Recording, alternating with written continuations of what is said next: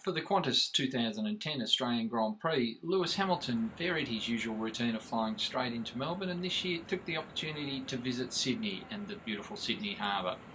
In conjunction with the McLaren title sponsor Vodafone, Lewis was invited to cruise around the harbour on the Spirit, the ex-America Cup yacht.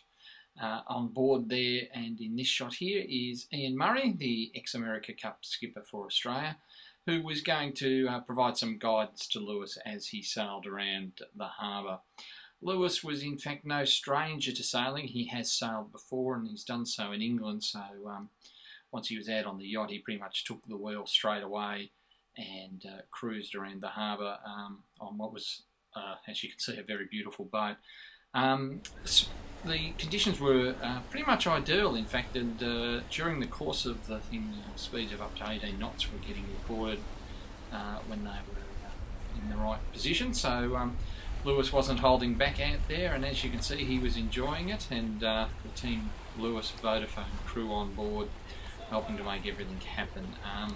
Wasn't really much of the time that Lewis wasn't at the wheel of the yacht. And of course, no shot on Sydney is complete without the harbour and the Opera House, the bridge and the Opera House there. So we had an interesting setup by Vodafone, and it worked out quite well. They had us press on with video cameras on a catamaran, trying to limit the bounce, but of course we were out on water. And there you can see one of the two water taxis which carried the photographers, and Oz Racing Wrap's own Achilles was on board one of those, shooting Lewis up nice and close, and I was on board with the video camera on the catamaran, and Vodafone had their own official photographer. One of the reasons Lewis went to Sydney, of course, was this was his first trip there. He did want to see the harbour, and it was a bit of a more relaxing way for Lewis to ease himself into the Grand Prix weekend in Melbourne. It was a bit of a challenge from a technical point of view, in that he'd flown in early that morning from America direct into Sydney, and then was that afternoon going to be rushed back out to the airport to fly on to Melbourne to commence preparations for the Grand Prix weekend. So Lewis, I'm sure, was pretty tired by the end of this day, but he clearly enjoyed himself out on the harbour. Once the sail was over and we'd all returned to land, there was a press conference held as well with the local media. They touched on a number of topics around Lewis and Dad, his role now that he wasn't the manager, last year's race and the controversy around that, and what we might see in this year's race, which was good to hear him talking about what might actually be happening rather than what had happened in the past.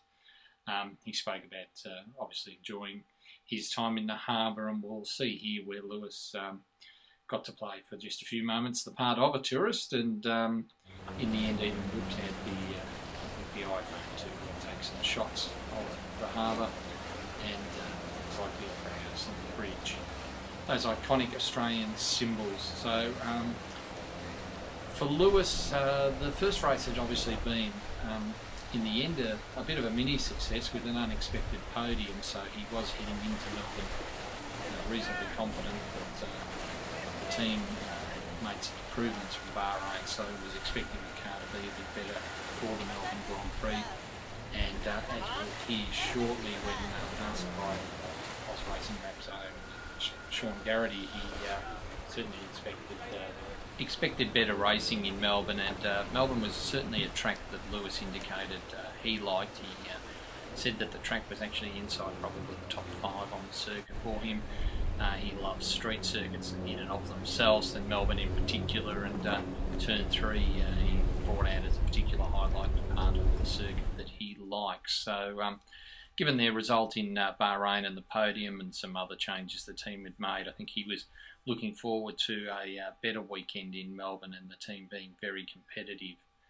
Obviously rates the Red Bull car as the fastest on the grid, and felt they carry a fair advantage over the rest of the field at the moment heading into Melbourne.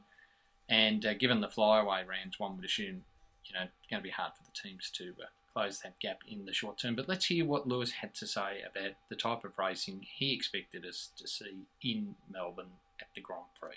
Do you expect better racing in Melbourne than we saw at Bahrain? There's always good racing in Melbourne, so Yeah, I think there should be slightly better racing. I mean, we don't have the long straights where you can slipstream, but you can do that anyways in Bahrain.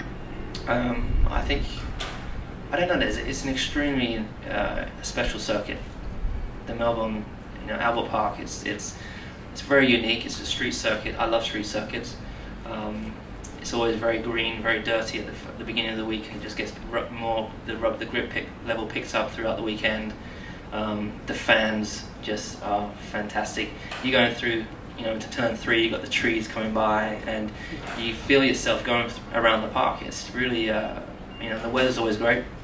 You can see everyone, all the people holding the flags, having beers, enjoying themselves, so you kind of enjoy it just as much as they did.